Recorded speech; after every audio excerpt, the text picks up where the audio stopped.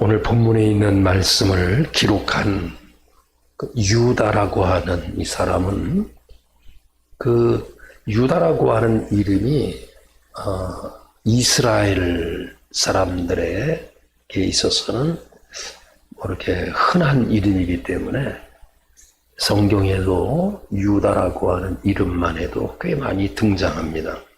그리고 신약에서도 3명 이상이 등장하는데 본문을 기록한 유다는 예수님의 이 동생이었던 그 유다라고 하는 사람이었습니다. 그는 1절에서 자기 자신이 누구인가에 대한 언급을 합니다. 1절에 보니까 예수 그리스도의 종. 그 유다는 예수 그리스도의 종이라는 거예요. 종은 자기의 의지가 있어서는 안 되고 그 당시에 종의 개념은 주인의 의지에 따라서 손과 발이 되는 겁니다. 그런 개념으로 나는 예수 그리스도의 종이요. 이렇게 자기의 이 신앙의 위치를 설명하고 또 혈육의 관계에 있어서는 야고보의 형제인 유다라고 그렇게 표현합니다. 예수님의 형제 가운데 야고보라고 하는 형제라든지 요셉이라고 하는 형제라든지 이런 형제들이 있었는데 야고보의 형제인 유다, 바로 예수님을 이렇게 형제 가운데 집어넣어도 됨에도 불구하고 그 반열에는 이렇게 서지 아니하고 그 야고보의 형제 유다라고 이렇게 표현한 것을 볼 수가 있습니다. 그래서 이 편지를 보내는 유다는 예수 그리스도의 종이면서 야고보, 그러니까 예수님과는 비교될 수 없는 그 인성만 가지고 있는 야고보의 형제라고 이렇게 언급합니다. 그러면서 수신자를 가리켜서 3가지로 이렇게 언급을 합니다. 그래서 오늘 설교의 핵심 내용이기도 해요.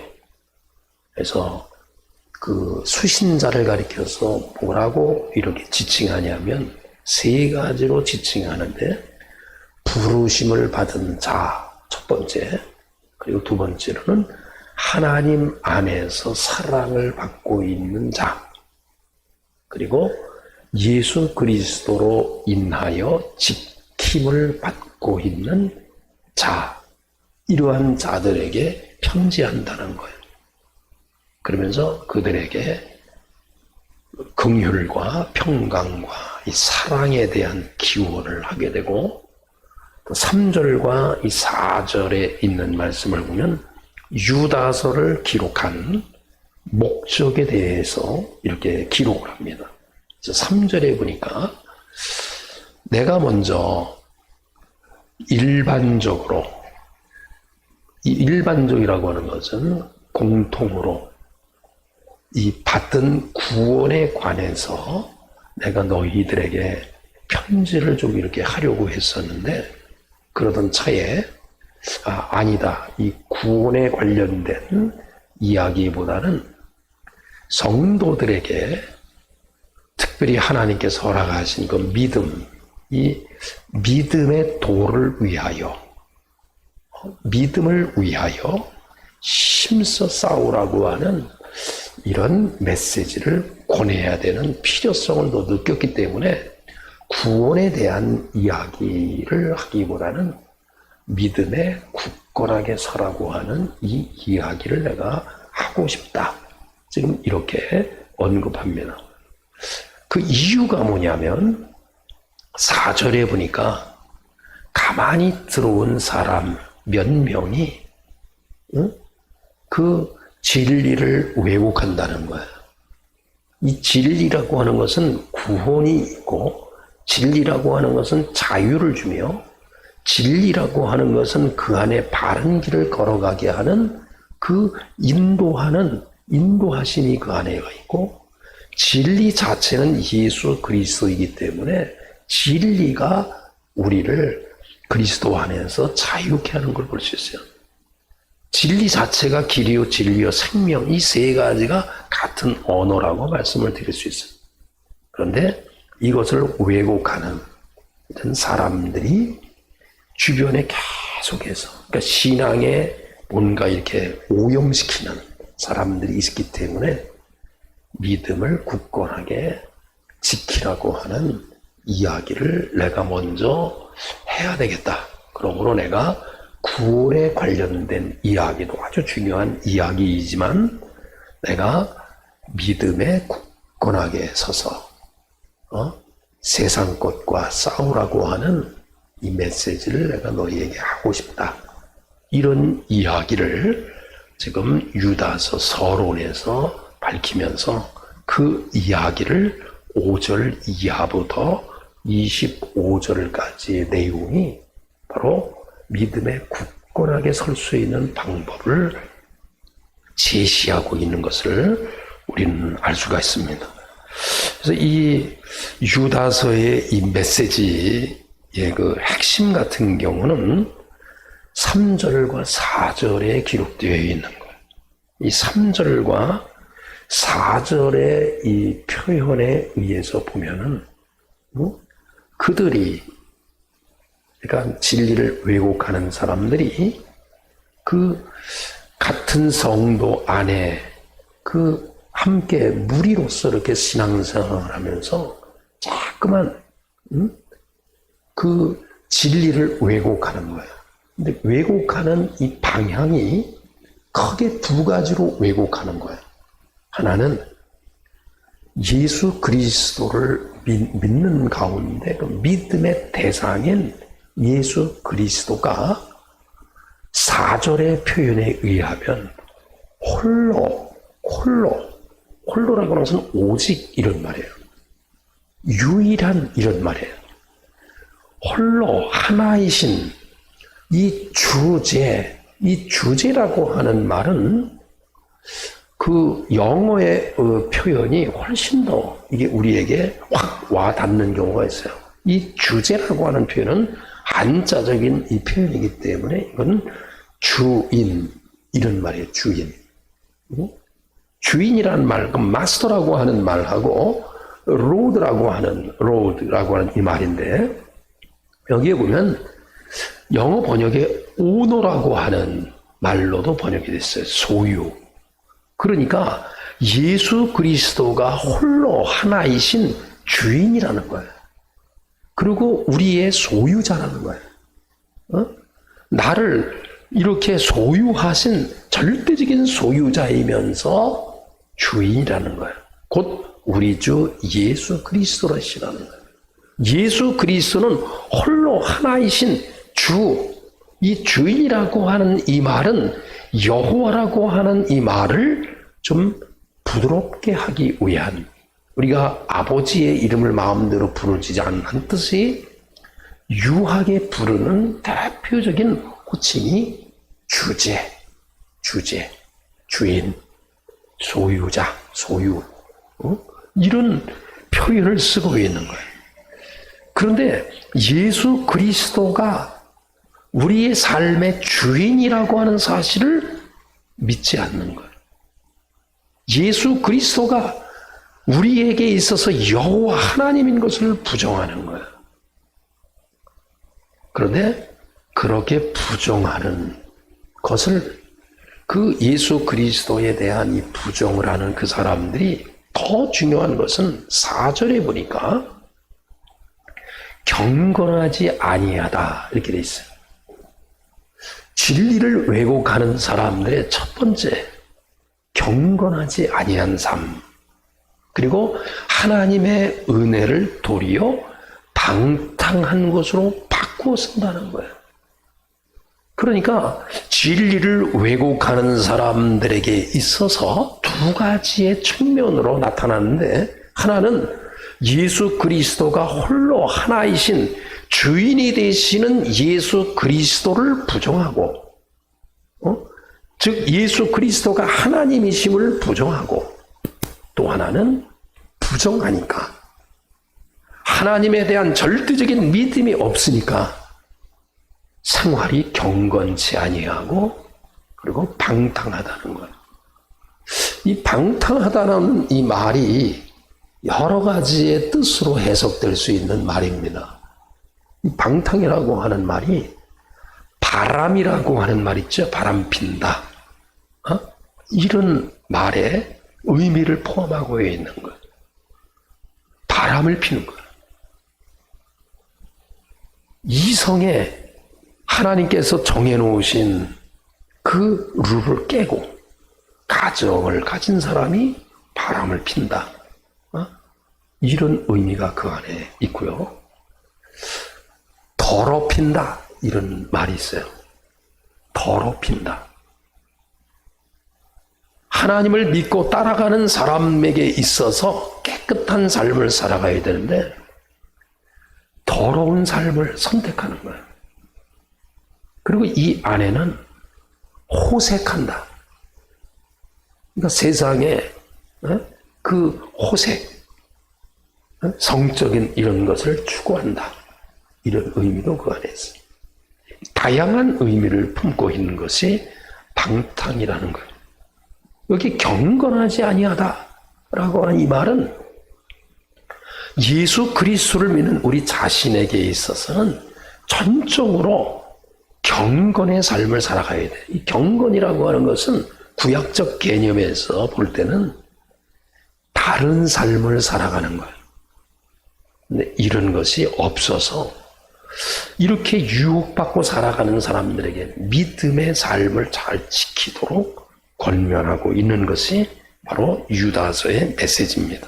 그래서 유다서에서 보면 거짓 선생들의 그 위험 그리고 그들의 열매 없음을 지적하면서 그들의 최후 운명을 폭로합니다. 그래서 오늘 본문에 있는 말씀 이하에 보면 이와 같이 진리를 왜곡한 사람들은 구약의 역사로 보면 하나님께서 가만히 놔두시지 않으셨다는 거예요. 취급한 이 민족들도 그 하나님께 도전하고 또 본문에 있는 말씀처럼 경건하지 아니하고 방탕한 삶을 살아갔던 출애굽한 그 선민들에 대한 심판 그리고 천사들을 심판한 내용, 우리가 잘 알고 있는 소돔과 고모라에 대한 이 심판, 이런 예를 들으면서 이러한 사람들을 하나님은 침묵하지 아니하신다. 그러므로 행악한 자들의 말로를 쭉 이야기하면서 너희들은 진리를 왜곡하는 자들에게 따라가서도 되지 아니하고 우리가 경건의 삶을 살아가는 믿음을 잘 지켜야 된다는 거예요. 지금 이 시대에 가장 큰 위험은 교리적으로 예수 그리스도 이외에도 구원을 받을 수 있다고 하는 아주 희박한 구원론이 지금 기독교를 가장 크게 망치고 있는 거예요. 두 번째 망치고 있는 것은 기독교인들이 이 땅에 살아가면서 경건하지 아니해서 은혜 받은 그것을 도리어 방탕한 것으로 바꿔 쓴다는 거예요. 지도자로부터 시작을 해서 평신도 이르기까지 세상 사람과 비교해봐서 다를 바 없는 세상에서의 이 것들을 추구하면서 감각적인 것을 추구하는 이런 것들이 가장 기독교를 위험에 빠뜨리고 있는 요소라는 거예요. 그래서 유다서에서는 예수 그리스도에 대한 이야기는 이렇게 한 번 언급하고 난 이후에 진리를 왜곡하는 하나님께 영광을 가리우는 그 사람들의 삶의 태도를 계속해서 고발하고 있는 것을 알 수 있어요. 대표적인 것이 16절 이하에 보면 그 사람들은 원망하는 자며, 그러니까 살아가면서 하나님께로부터 받은 그 은혜만 생각하고 감사할 수 있는데 원망의 삶을 살고 늘 불만의 이 삶을 살아가는 거예요. 그리고 정욕대로 살아가는 거예요.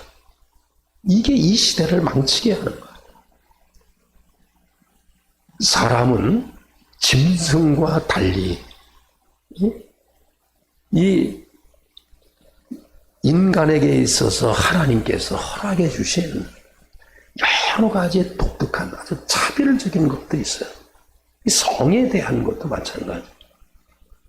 그런데 지금 이 시대를 망가뜨리고 있는 가장 큰 요인 가운데 하나는 성의 타락.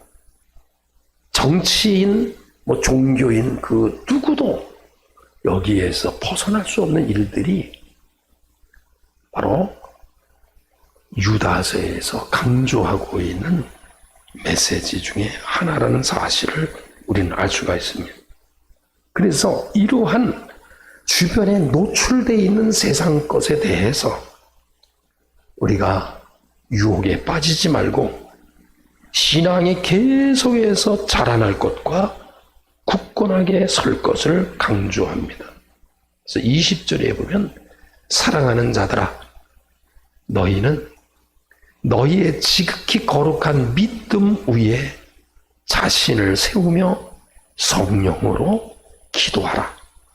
하나님의 사랑 안에서 자신을 지키며 영생에 이르도록 우리 주 예수 그리스도의 공휴를 기다리라.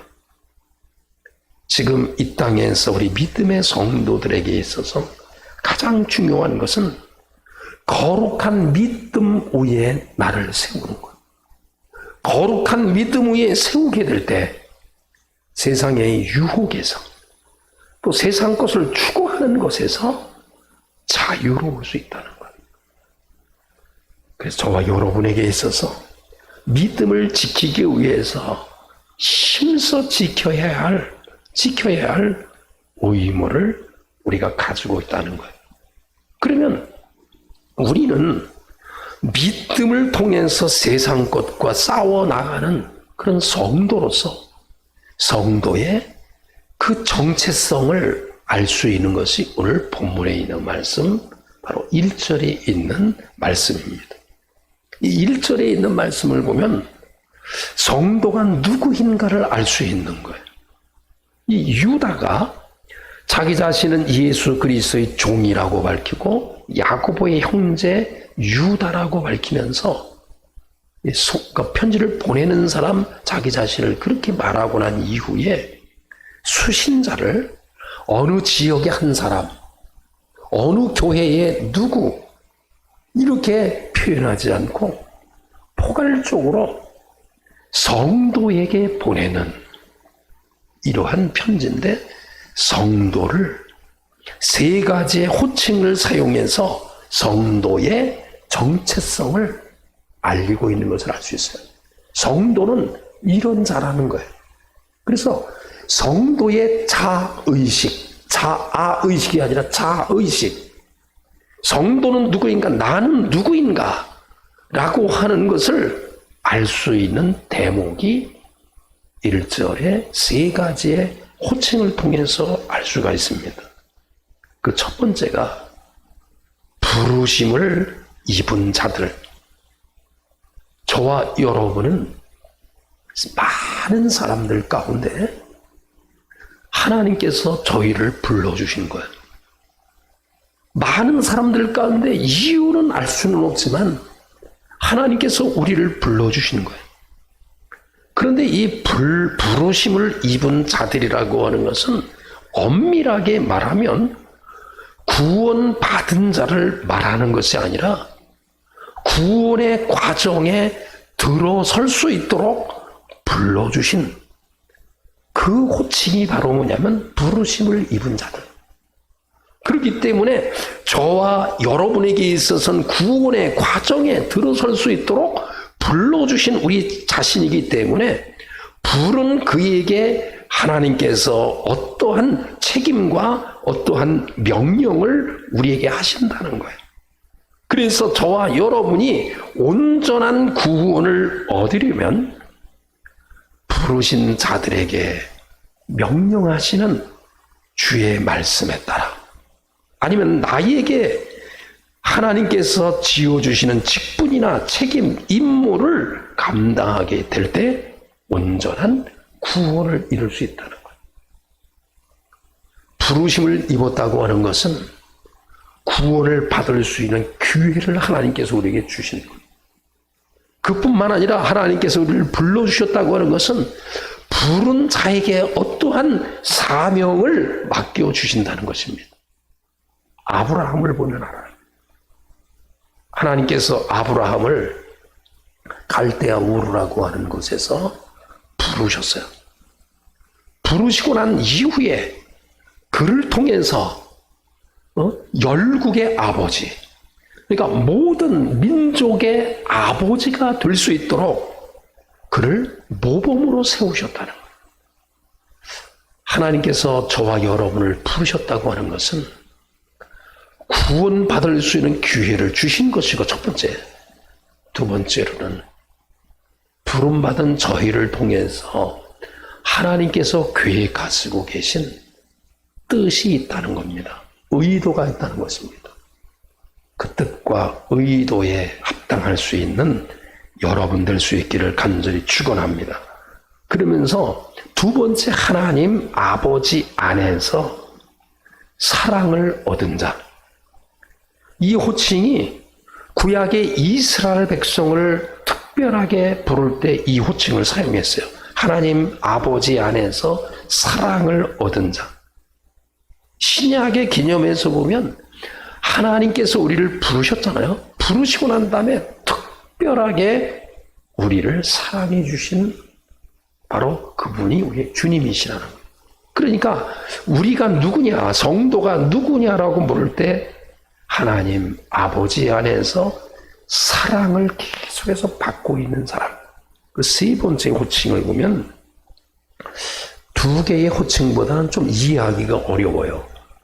번역이 어떻게 되어 있냐면 예수 그리스도를 위하여 지키심을 받은 자들이라고 그렇게 소개하고 있어요. 예수 그리스도를 위하여, 이 위하여라고 하는 말을 예수 그리스도에 의해 이렇게 번역을 하면 훨씬 더 이해가 쉬운 성도의 자의식을 깨달을 수 있는, 정체성을 알 수 있는 말씀이기도 해요. 세 번째가 바로 뭐냐면 예수 그리스도로 인하여 지키심을 받은 자들. 즉 기독교인은 전적으로 예수 그리스도에 의해 지키심을 받는 자들이에요. 우리 성도들이 그렇다는 거예요. 예수 그리스도의 십자가와 부활과 그분의 승천이 우리를 죽음에서 생명으로 지켜주셨고 우리를 어두움에서 빛으로, 우리를 죄악에서 의로움으로, 우리를 심판에서 구원으로 이렇게 인도해 주시고 지켜주셨다는 거예요. 그래서 우리 기독교인이 누구냐라고 물을 때 부르심을 받은 자들, 하나님 아버지 안에서 사랑을 얻고 있는 사람들, 예수 그리스도로 인하여 지키심을 받은 자들이라는 거예요. 이 자들에게 2절에 보니까 삼중 축복을 기원합니다. 요한의 삼중 축복은 영혼이 잘됨까지 범사와 육이라고 하는 것을 표현하고 있는데 유다서에서는 실제적인 기독교인에게 있어서 세 가지의 삼중 축복을 기원해요. 긍휼, 평강, 사랑. 긍휼이라고 하는 것은 관계성에서 와지는 동정심을 의미하고 있는 거예요. 여러분이 사람들과의 관계에서도 저 사람이 다쳤어요. 근데 평상시 관계성에 의해서 긴밀한 관계를 가진 사람은 그 사람이 다쳤을 때, 슬픈 일을 만났을 때 동정심이 가는 거예요. 바로 긍휼이라고 하는 것은 나와 하나님과의 관계성이 있을 때 주님이 우리를 긍휼히 여기시고 자비하심을, 이 평강도 마찬가지예요. 사랑도 마찬가지예요. 다 관계성에서 와지는 거예요. 그래서 이 세 개의 삼중 축복을 기원합니다. 저와 여러분에게 있어서 가장 큰 축복이 뭐냐? 하나님의 공유를 받는 것이고, 하나님께서 우리에게 주시는 평강을 받는 것이고, 하나님께서 우리에게 보여주신 사랑을 내가 소유하는 것입니다. 그래서 이 세 가지를 받을 때 이 땅에서도 공유를 베풀 수 있는 것이고, 평강의 나라를 만들어갈 수 있는 것이고, 사랑의 관계를 만들어갈 수 있는 것입니다. 저와 여러분이 유다서를 통해서 기독교인은 누구인가를 잘 깨달을 수 있는 자의식이 생기고, 또 스스로 기독교인에 대한 정체성을 분명히 가지면서 세상 사람은 방탕과 은혜를 바꾸어서 호색과 세상을 추구하는 가운데 있지만은 우리는 세 가지의 축복을 기원한 유다의 이 기도처럼 우리 삶에 있어서 긍휼과 평강과 사랑이 더욱 많아질 수 있기를 간절히 축원합니다.